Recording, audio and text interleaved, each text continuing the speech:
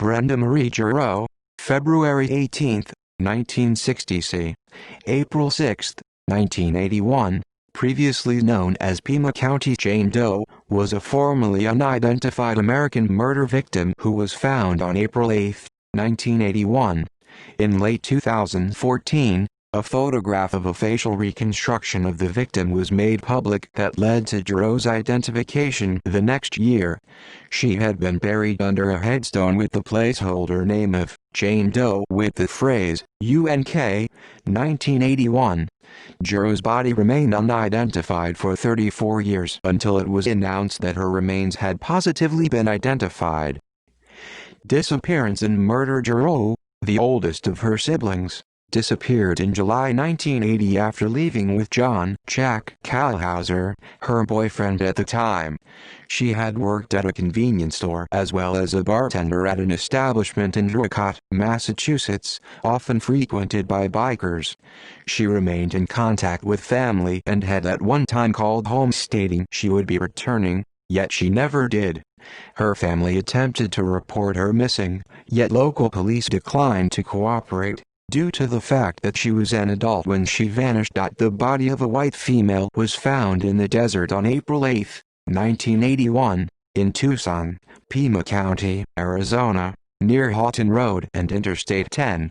Her remains were found by hunters driving in the desert who saw a jacket hanging from a tree and then looked through the area and discovered her body lying on the ground. The victim was a young adult, between 18 and 22 years of age.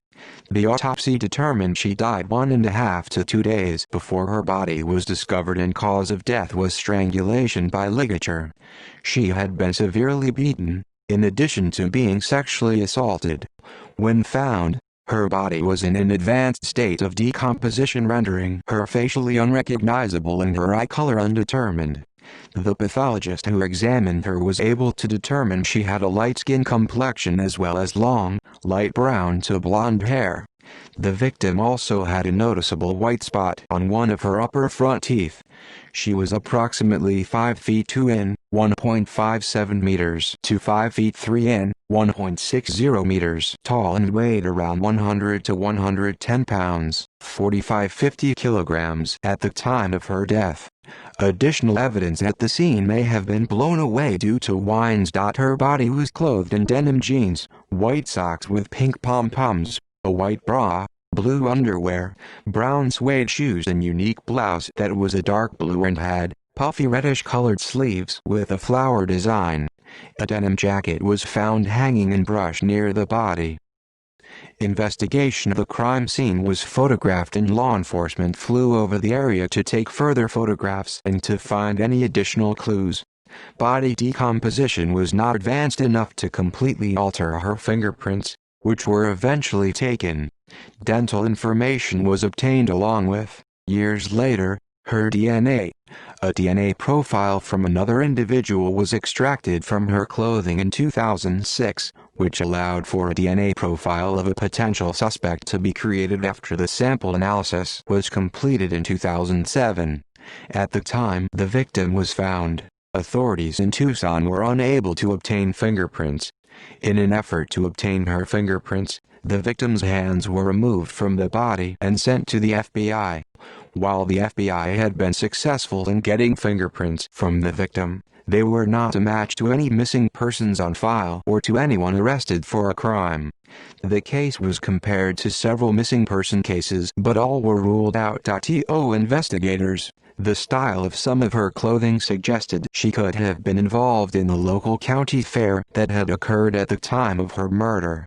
Images of the victim's clothing have been featured on websites, National Center for Missing and Exploited Children posters, and in various news reports, in an effort to identify her.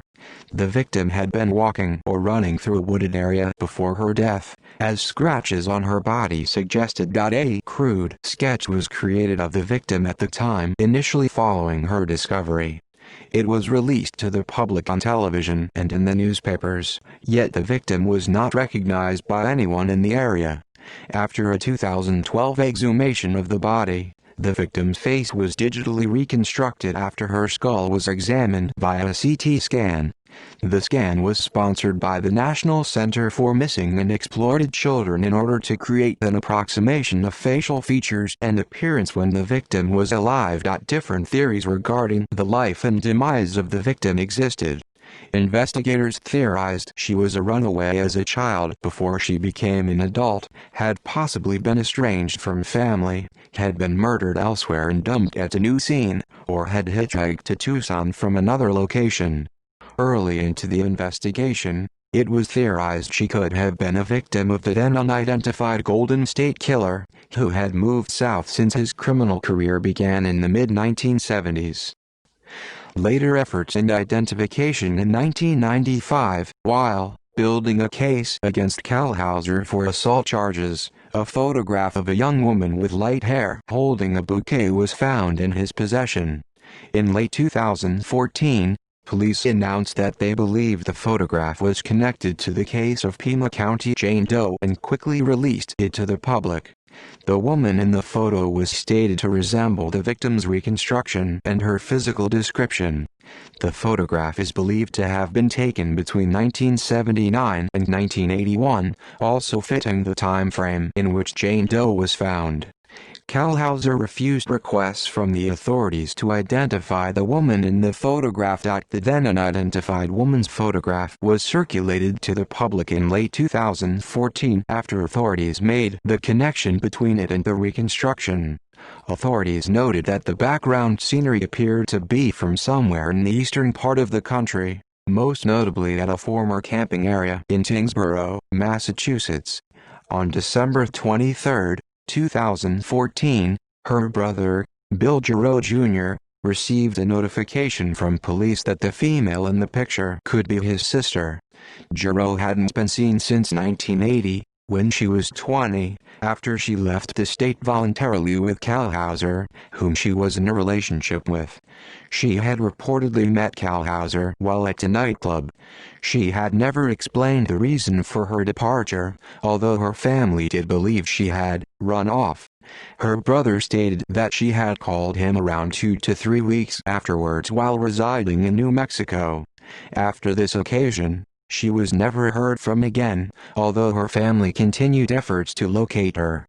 Gerow could not have officially been reported missing due to being over the age of 18 and that she had apparently left on her own accord. Kalhauser has past ties to Arizona and is believed to have murdered his wife, Diane Van Rieth, in 1995. He was living under an assumed name at the time of his wife's death.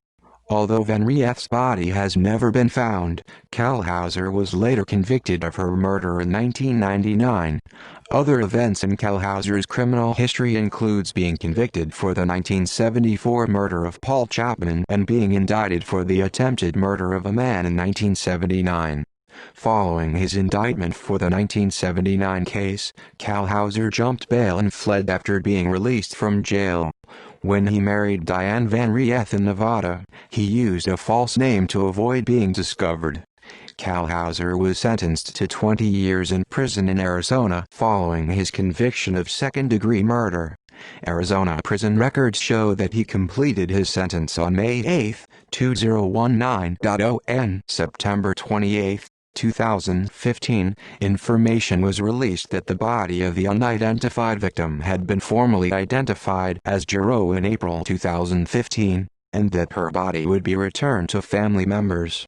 The identification was made through comparison of the family's DNA compared to that of the victim. Gerow's father, William Sr., stated he did not understand any possible motive for the death of his daughter. Kalhauser is considered a person of interest in the murder. Police have asked for information from anyone who knew Kalhauser and Gerow in the late 1970s or early 1980s. After the family received the remains, the body was cremated. In 2017, Gerow's and Van Rieth's cases were featured on the second episode of Who Killed Jane Doe? On Investigation Discovery. Her brother and father provided interviews. See also List of solved missing persons cases. List of unsolved deaths. References. External links. Brenda Gerow at Find a Grave.